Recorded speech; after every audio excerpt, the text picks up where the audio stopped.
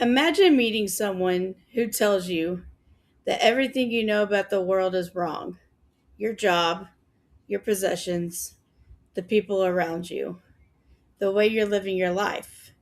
And then that person tells you something even more terrifying: that the world is about to end.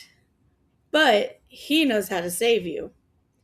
At first, maybe you don't believe him, but he's convincing, he's confident, he seems like he has all the answers. And so slowly you start listening. Then you start believing. And eventually, you're willing to leave almost everything behind. That's where our story begins today.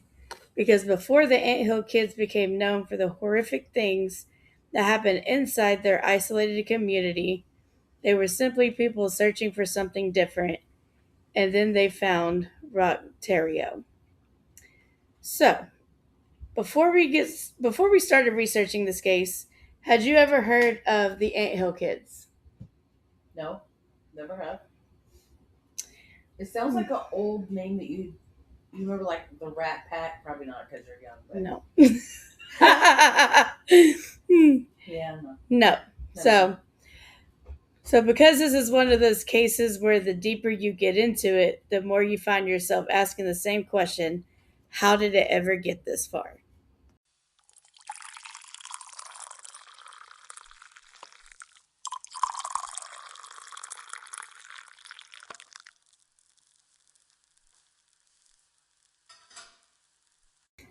All right, welcome back, everybody. I'm Joe.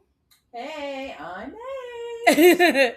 So, as you can see, today we have a cult that we're going to be discussing today. So, a lot of content warning on this one. It has a lot to do with children. So, if that's something that you don't feel comfortable listening to, or if it affects your mental health in any way, just skip it. And this is going to be a couple weeks, so we'll probably see you in about a month. I will say, however, this one does not go too into detail about what happens to the kids, um, and of that nature. Today, we're just kind of figuring out who the leader is, which is Roch Theriault. So, is there anything you would like to add, H, before we get started on finding out who this man is? Yeah, I don't know him. I don't know anything about this. I know he can fuck off, but fuck all the way up. But shout out Morbid. But I'm intrigued to see because it's always amazing to me the power that these people can obtain over others. Exactly. Yep, and we've got new mics and everything too, so let us know if the audio sounds better. This is all about tweaking, so Oh wait, I have to do my part. yeah. My little shriek swamp thing. Yeah. What was it called? I don't remember. I don't remember either. Anywho, as we all know, Ollie Lolly is the love of my life. The other day he was hurt. Yes, I'm talking about you, baby. The other day he was hurted, so I had to take him to the vet, and he has a torn ACL. So now, He's in an the old words of man. my darling daughter Joe, he's now IHOP. So It all started because you started calling him Hippity Hop, and I was like, "Ooh, IHOP. That works better." Because he's just a little baby. And I just try to hold him, make him so happy, but he's like, excuse me, I can play and do whatever I want. So it's a trying situation for everyone involved. But that's what's been going on in my world. How about you guys? Yeah, let us know. Comment, send us a message. I think I have that working now on Facebook, and the DM's open on Instagram. But yeah, so with that being said, again, this is where true crime gets stirred, not sugar coated. So grab your drink and let's dive into it. I'm actually drinking a cup of coffee. Look at that. Ooh. Roch Theriault was born on May 16th, 1947 in Quebec, Canada. And one of the things I think is important about telling stories like this is not starting with the cult leader already being this larger than life monster, because Roch didn't enter the world as Moses. There wasn't an anthill kids cult waiting for him. There was just Roch. He grew up in Quebec in a French speaking Catholic environment, but as he got older, religion became a major obsession for him. And that obsession would eventually become incredibly important. He became especially interested in the Seventh day Adventist Church. Now, one thing I want to make clear here, Roch's later beliefs and actions were his own. We're not saying that the Seventh day Adventist Church taught people to do things Roch eventually did. What Roch did was take pieces of religious teaching, mix them with his own ideas, and gradually place himself at the center of everything. And that distinction matters. So before we go any further, what do you think makes someone like Roch dangerous early on? Is it the beliefs themselves? Or is it when somebody starts saying, I'm the only person who can correctly interpret these beliefs for you?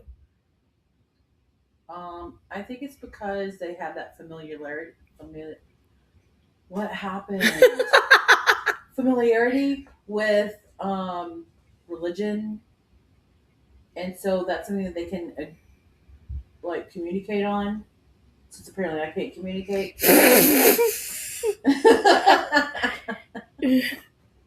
You know what I mean? Like they have something in common, so they conversate about it, and then that way he just worms it in, where he's like, "Oh, well, by the way, Okay.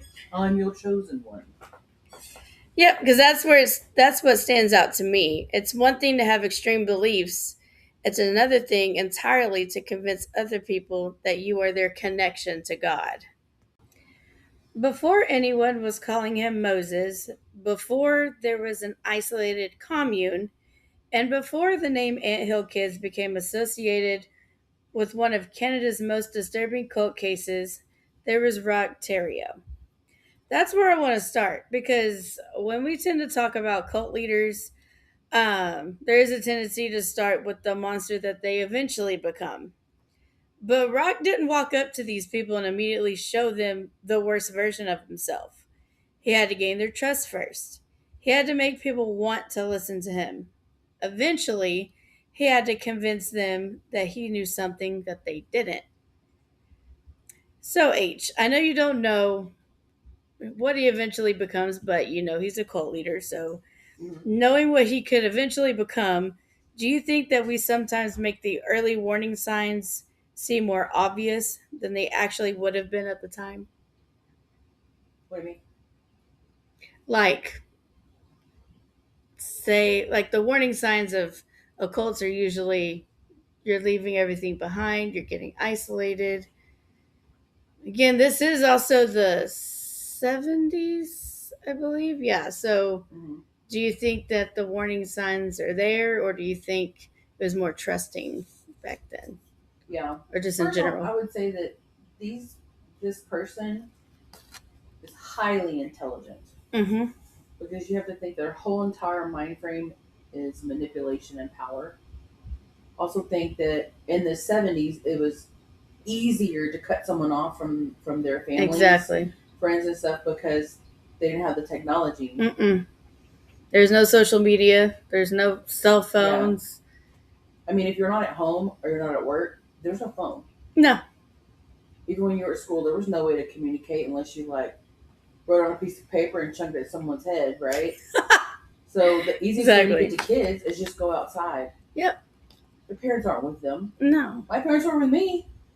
I remember my dad saying that once the lights went off, that's how they knew to go home or something like that. Yeah. Well, then the old saying is when the street lights come on, you go home. Or right? Come on. Yeah, that's right. Well, we lived on our street lights, so it started getting dark. You took your ass home. Right. Okay. Yeah. So you think about it, you're out all day by yourself. Yep. So we're going to look backward. So I already know where this goes. His followers didn't. They were meeting someone who appeared confident, passionate, and absolutely certain about what he believed. And certainty can be incredibly convincing when someone else is looking for answers. Religion eventually became a major part of Roch's message. But this wasn't simply someone saying, "Here's what I believe." His ideas became increasingly extreme. One of the biggest ideas was that something catastrophic was coming, the apocalypse. According to Roch, if you wanted to survive what was coming, you needed to listen to him. You're not just you're not just asking somebody to agree with you, you're telling them your survival depends on believing in me.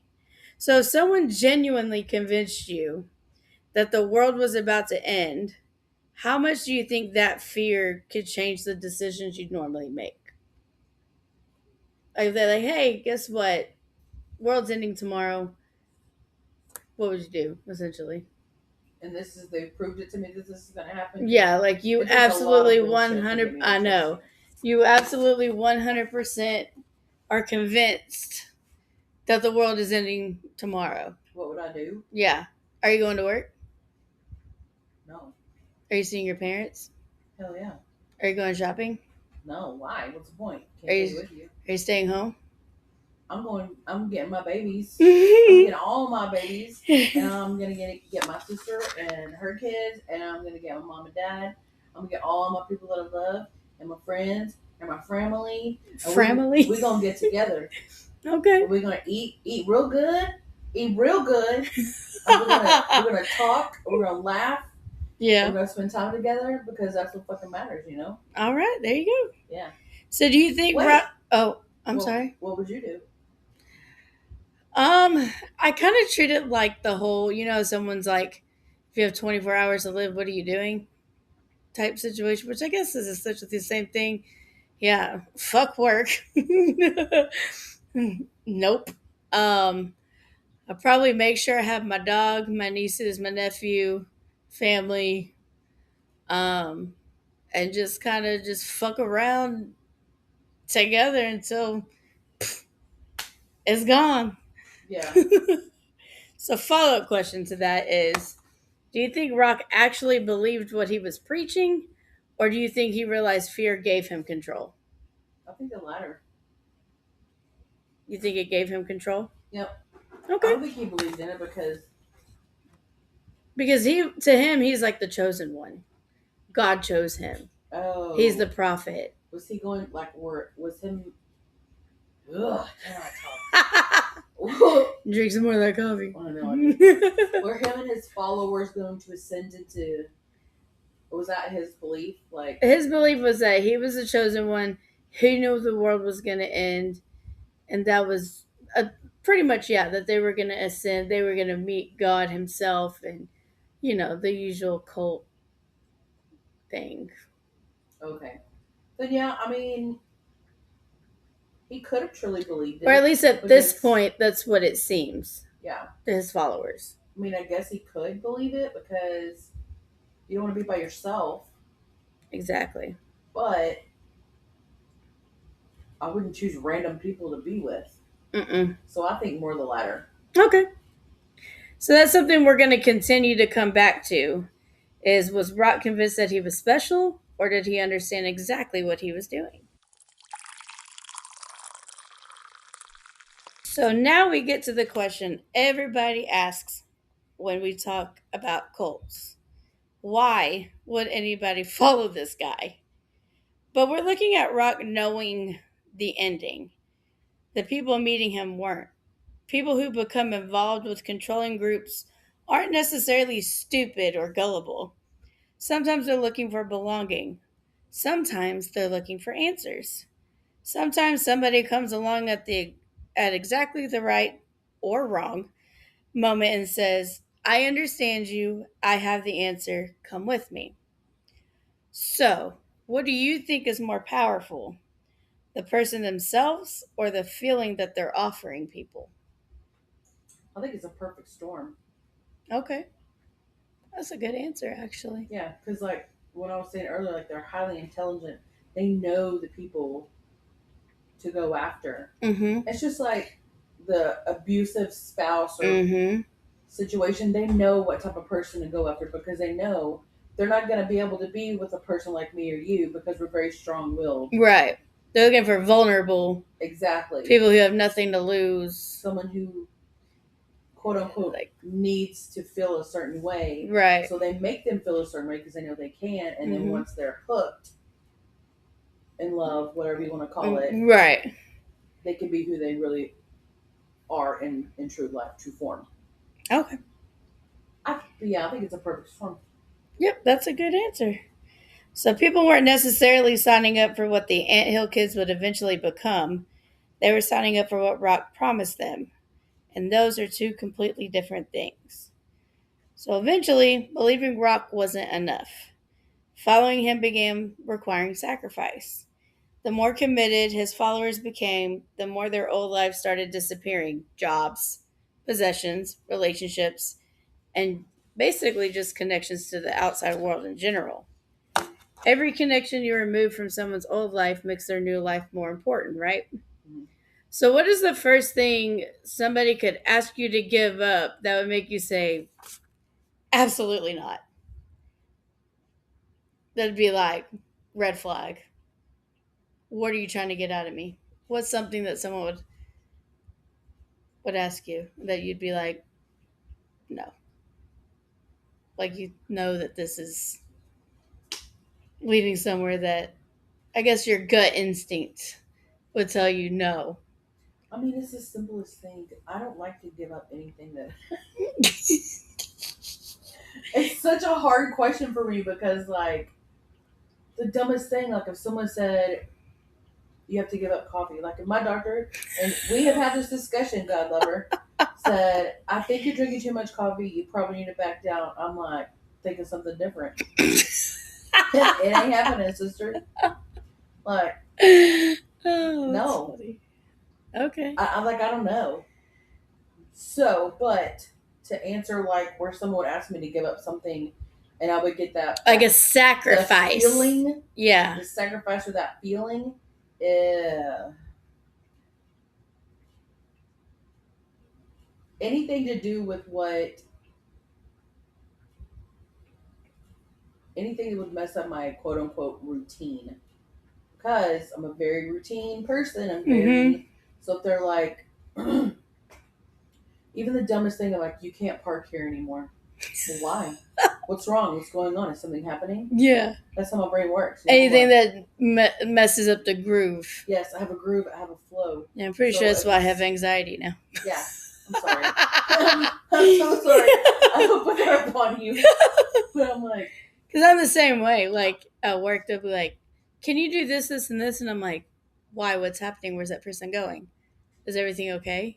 Are they going to be out for a while? And my boss is like, hey, we're just asking you for a favor. I'm like, oh, okay. right? Yeah, I'm like, why? Yeah, I feel like for me, a red flag would be willing to have to do anything to give up something about my family. Like, Yeah. not being able to talk to them or trying to convince them to join once I'm in it, quote unquote, I guess. I'd be like, well, I don't know, because then you would be. I'm having a hard time like relating to this because I'm just not that person. Yeah. I'm trying super hard. Because, like, I'm not a cold person. Like, I would never be, well, I guess I'm going to say never. But, like, I don't know. I'm just. But you've also never had the obsessive personality like I do. Like, whenever someone's like, if Harry Styles, yes. I don't care what the question is, yes.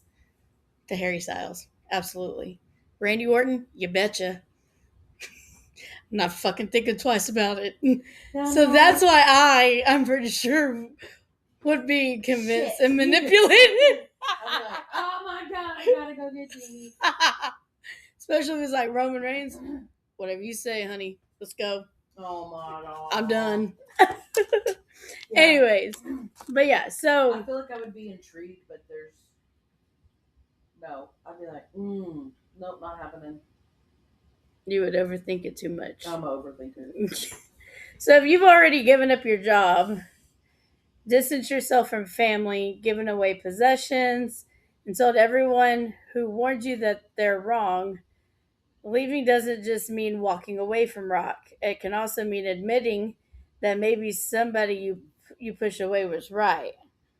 So do you think that makes people stay longer? Not because that they still believe, but because admitting they were wrong would be too painful. Yeah.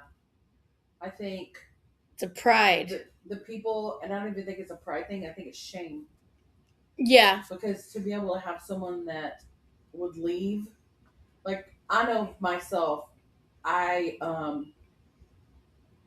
could never ever walk away from my family. Never. Mm-hmm. Never. I don't even care what it is. I can't. I just couldn't do it. Yeah. And for someone to be able to do that, they don't have that bond. They don't have that Mm-hmm. relationship. And so once they're in that situation and they have the feeling of, oh gosh, what did I do? Mm-hmm. I don't think it's pride. I think it's shame. Yeah, I kind of look at it in a different way as of like relationships. Like looking back with my ex, I feel like people hinted at stuff, but I was blind to it. And so then when I finally did decide to leave, was more mentally, I think I mentally left before I physically did. But then when I left and I was like, oh, and so I'm like, oh my God. Like I just remember being embarrassed. Like that was my biggest thing. I was like, oh my God, Yeah. how fucking stupid was I? So that's the kind of thing I get from this. But that's a good. And I guarantee you, these people are going to be. Boop, boop, boop, boop, boop. Every single one of us have been in a relationship like that. Yeah, exactly. And there ain't nothing to be embarrassed about. You just pick up them big girl panties and you just march on and tell them, next, you ain't worth it. You ain't worth the bullshit. Let's go. Clock it. So then comes one of the biggest warning signs in many cult stories: isolation. Once you're separated from the outside world, who's left to challenge what you're being told? Your family isn't there. Your friends aren't there. Your coworkers aren't there. The outside world becomes something you hear about through the person controlling the group. So, how hard do you think it would be to question something if literally everyone around you was telling you that you're the one who's wrong? A lot of denial. Mm-hmm. Yep. Like, no, I'm not wrong. It's just this or just that. It's the same thing like in a relationship. Mm-hmm. You're like, girl, he bad. He's so bad. Me and your dad. Yeah. Oh my God, he has 5 kids. What are you doing? Like, what do you mean? What am I doing? And he said, he's a ginger though. He said, he's so nice. He real nice. He's real nice. Oh my God, he got baggage. No, I get it. I get it. And I was like, that's the first thing I thought of whenever you said that. I was like, that's me and your dad when we together. No, they were like, what the hell are you doing? Like, yeah, because everybody can be like, no, just FYI, this, and this. You're like, yeah, but y'all don't know him the way I know him, though. And they're like, because we're not blind. But here's the difference in that situation and the cult. Mm-hmm. He was willing to, I'm not saying my family was against him. He was willing to build a relationship. Mm-hmm. Cult leader, or wherever he was in the hierarchy, they don't give is not going to do that. No. They're going to say, oh, well, you don't need them anyway. Stay with me. Mm-hmm. Kind of like a really, really, really fucking toxic relationship. Extremely. If you think about it. They don't understand what we have. Blah, blah, exactly. Blah, blah. Like, you wouldn't have this, and this without me. You're part of my group, you know. That just internally makes me so angry when I hear things like that. Watching, like, I know growing up watching these stupid Lifetime movies with that in there. I know. I'm just like, bitch, wake up! And that's why I am the way I am today, because I'm like, I'm going to be an independent woman, because ain't no fucking man about to tell me, if it wasn't for me, you wouldn't have this. Bye, motherfucker. That's my girl right there. That's my girl. Speaking of, my diploma came in the mail today, guys. Woo! It was awesome. Hell yeah. But anyways, back to it. So eventually your definition of normal can change. Something that would have horrified you months earlier might not seem as shocking anymore because the boundaries keep moving little by little. It's never a, like, big step forward. It's like it gradually goes on. So eventually the group established an isolated community. You're no longer simply attending meetings or listening to Rock speak. This becomes your entire environment. The people around you are followers. The person making the rules is Rock. The outside world becomes increasingly distant. So imagine arriving somewhere completely isolated and being told, hey, that's your new life, by the way. Mm-hmm. Forget all that. This is your new life. How do you feel? What would you do? Like, fuck. That's when you were talking about how it's when you realize it, that should be the trigger when anyone who's not completely brainwashed should go, oh shit. That's wait a second. Yeah. The red flag. Completely isolated. Mm-hmm. Yeah. I'd be like. But I don't think that and I've never been in situations, if anybody knows anybody that's been in a situation, Mm-hmm. let us know. But I think that, like, when they get to that specific point, they've been in that position. They just didn't fucking know it. Yeah. Because, like you said, it's small. It's gradual. Rock is highly, highly intelligent. Mm-hmm. So he's doing this little by little by little. So your life is slowly ever changing, and you don't even fucking realize what's happening Until you're in the thick of it. Until you're in the thick of it, yeah. And you're like, whoa. You know, I haven't seen my mom and dad in like 6 months. Yeah. Because you're constantly doing something too, because you're so isolated. And probably because if you were to do it, you'd probably, well, let me not get into that. Well, that'll be in part 2, but to get in contact with them, but you don't realize it because as you're part of this extremely isolated cult, there's a lot of stuff you have to do, like your everyday living. Mm-hmm. Yeah, and rules, because you can't just get up and go to the store. Right. Right? Like, it's scary. Well, I know you don't realize it until, like, trying to escape and you're like, oh, this is fucked, you know? Yeah. So, did they see this as isolation, or did they see it as freedom? If Rock had convinced them that the outside world was the problem, leaving society behind might not have felt like losing something. It might have felt like escaping something.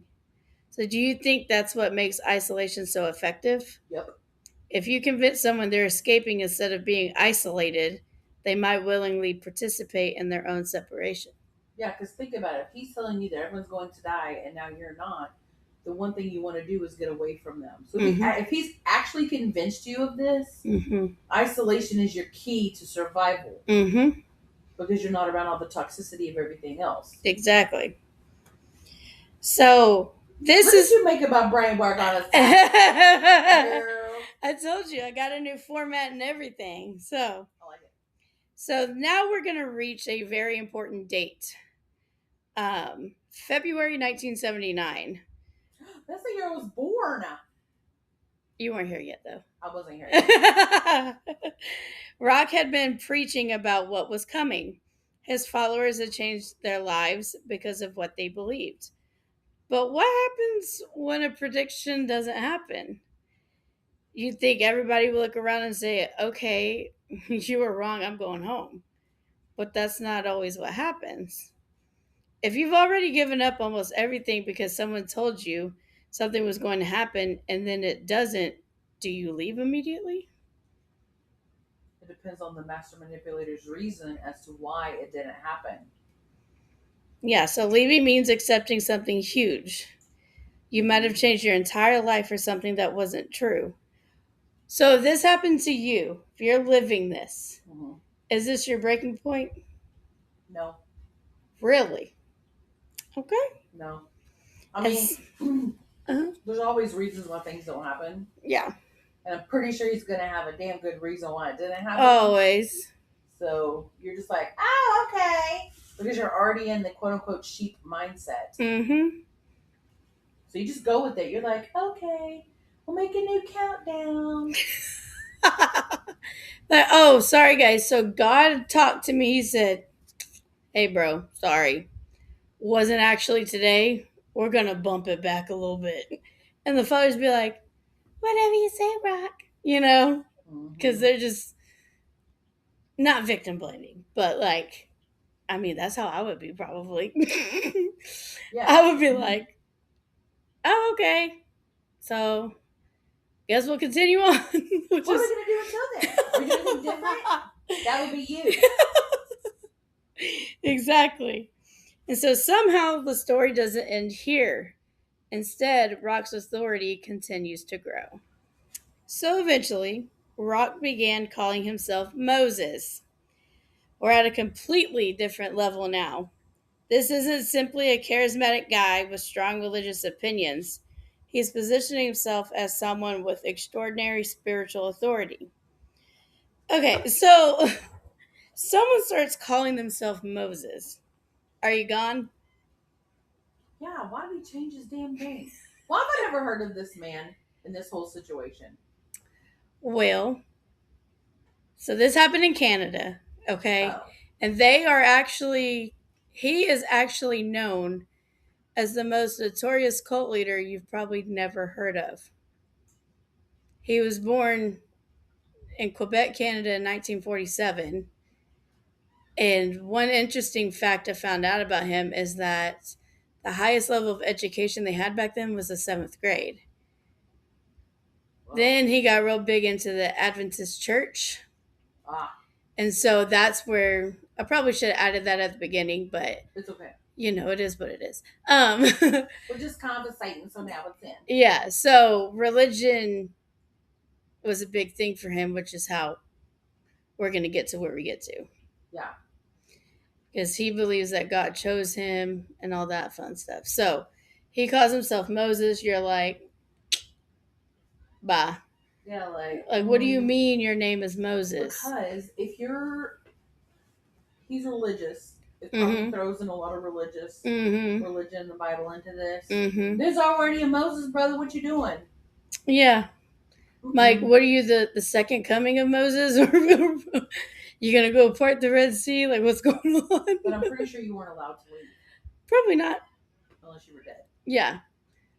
So, it would just be a constant day of fear and panic. And, of course, that would make me nauseated. It would just be horrible, horrible situation. Yeah, so from the outside, you're screaming, how are you still there? Right? Yeah. But the followers experience the entire progression, one step, then another, then the next, until something that would have seemed completely ridiculous at the beginning becomes part of everyday life. So do you think Rock could have called himself Moses when these people first met him and got the same reaction? No. No. Control usually doesn't begin with the most extreme demand. So eventually, the group became known as the Anthill Kids. They're no longer simply individual people who happen to follow the same person. They have an identity now, a group and a world of their own, with Rock at the center of it. Do you think giving a group its own identity makes leaving harder? Because now you're not just leaving Rock, you're leaving your entire community. Yeah. And but before... I'm stuck on, where did the name come from? That's exactly what I was going to say. Before you say that, you want to know why they were called the Anthill Kids. Because that's how they looked. Working.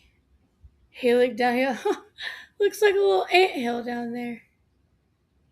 It was that big? Mm-hmm. Oh my. Because that's how they were working, doing all this shit on whatever commune they had. They looked like anthills. Ants just traveling, taking stuff from the next place to the next place. That's why he called them that. Yeah.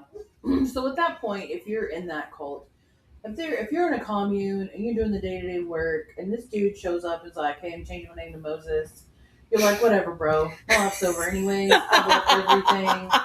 I don't care. That's a good point, actually. Yeah, like, your name is Superman because I'm just digging ditches and like planting shit to eat. Right.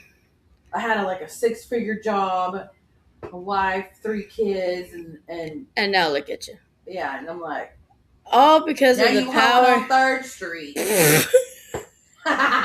and the commune. Yeah, in the commune. Oh, I forgot what I was about to say, but it's literally all because of the power of manipulation and control. Mm-hmm. That's insane to me. But you see it happen every day. The mind is so powerful. Like, what? So powerful. It's absolutely fascinating to me. So by this point, those relationships matter. The people around you may be the only close relationships you still have. Walking away can mean starting over. So before we end part one, I know you're looking at me like, what the fuck? Look at everything we've covered so far. Nothing happened in one day. Roch didn't wake up one morning with complete control over these people's lives. It built fear, religion, charisma, sacrifice, isolation, dependency, and eventually authority. Out of everything we've talked about today, what was the biggest warning sign for you?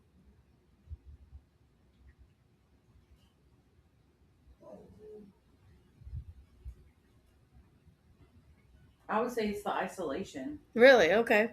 Because of the fact that you had to give up family and stuff like that? Yeah. And at what exact point do you think you would have left?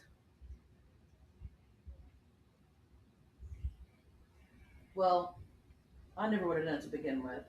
But I feel like it's a 50-50. You're either going to try to get out or you're just going to give up and just go with it. Mm-hmm. I guess it just depends on where you're at in life. Yeah. How much. You've already given up everything, so what are you going back to? Exactly. Even though I feel like if it was me, I feel like my family still would have welcomed me back with open arms. But I feel like I also Your wouldn't be mama able wouldn't to. have let you do what you were doing. Just know that. Oh, yes. That would be me going up, climbing over the wall, coming to get my girl. Yep, you're right. You're right. So, was there actually one moment where these people could clearly see what was happening? Absolutely not. Or was it hundreds of tiny boundaries being crossed until they looked around and realized that their entire lives had changed? But that's the thing is they probably didn't even realize it.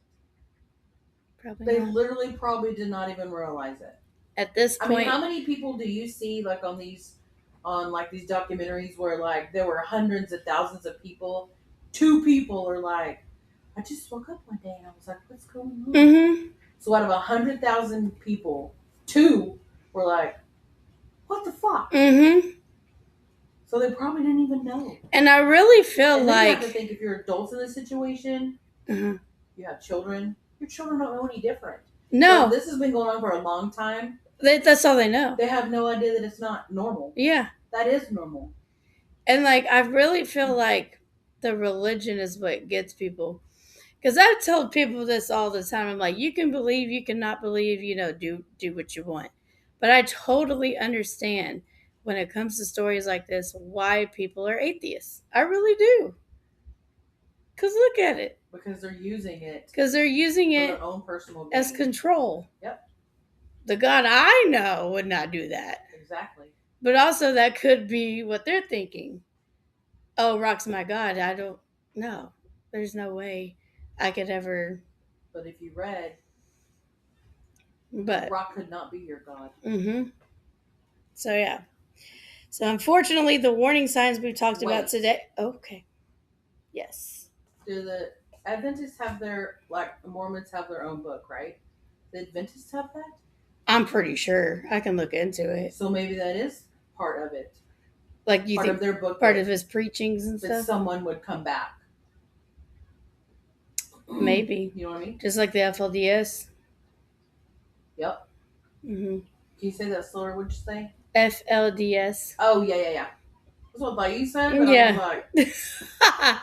That's another big one that pisses me off. But yeah. But yeah, so maybe so. I don't know. I'm not really versed in the whole different types. There's a lot. There's a lot.